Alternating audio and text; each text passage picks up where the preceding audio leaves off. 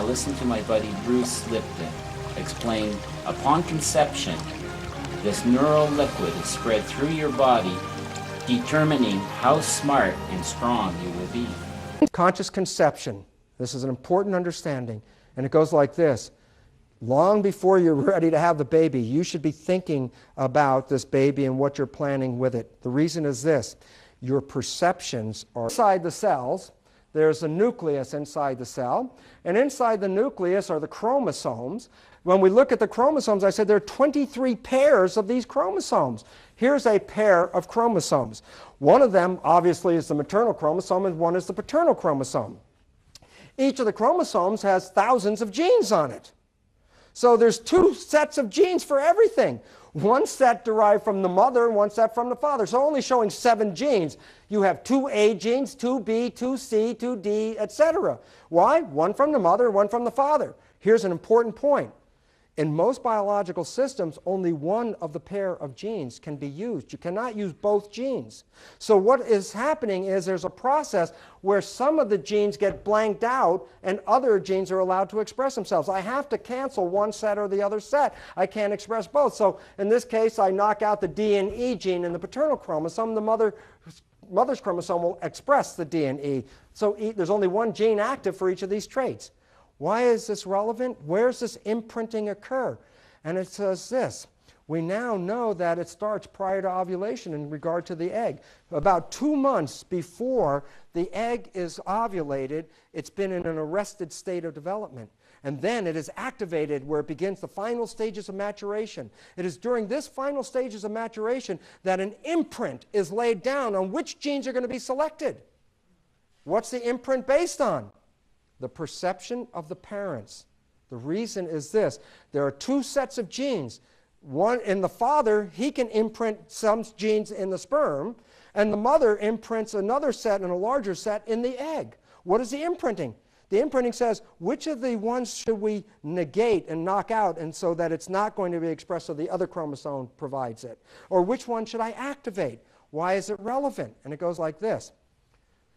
These are 2 genetically identical mice. In mice, mom's genes favor brain over brawn. Here's what the point is. They did an experiment.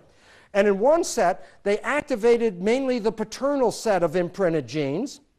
And in the other set, they activated mainly the maternal imprinted genes. But remember this, there's a combination of both of them, but these are the 2 extremes.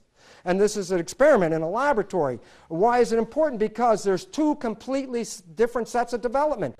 It doesn't say that this is male or female. That's not. Both males and females have a set of genes from the father and from the mother. In males and females, I can imprint them either way. It doesn't make any difference. What does it show us? When I activate the maternal genes, this is the shape of the embryo I get. When I activate the paternal genes, this is the shape of the embryo I get. What's different? The paternal genes build an organism that can fight. The paternal genes organize an embryo that will thrive in an environment that is threatening, like an inner city environment. The maternal genes offer a whole different set. What's happening here? Paternal genes, big body musculature. Look at the amount of muscles here. But there's a trade-off. In order for me to build this big muscle, I have to make something less. Guess what? Look at the forebrain size. Look at the forebrain size. I trade it off. Look at the hindbrain. Remember? Hindbrain, this is like if I activated the adrenal system, this is the embryo I would get. Remember? The blood goes to the muscles. It would grow the muscles bigger. The hindbrain gets more blood. Why? Because it's going to operate from reflex behavior more. But in this one, the muscle is reduced, and in exchange, the brain is developed.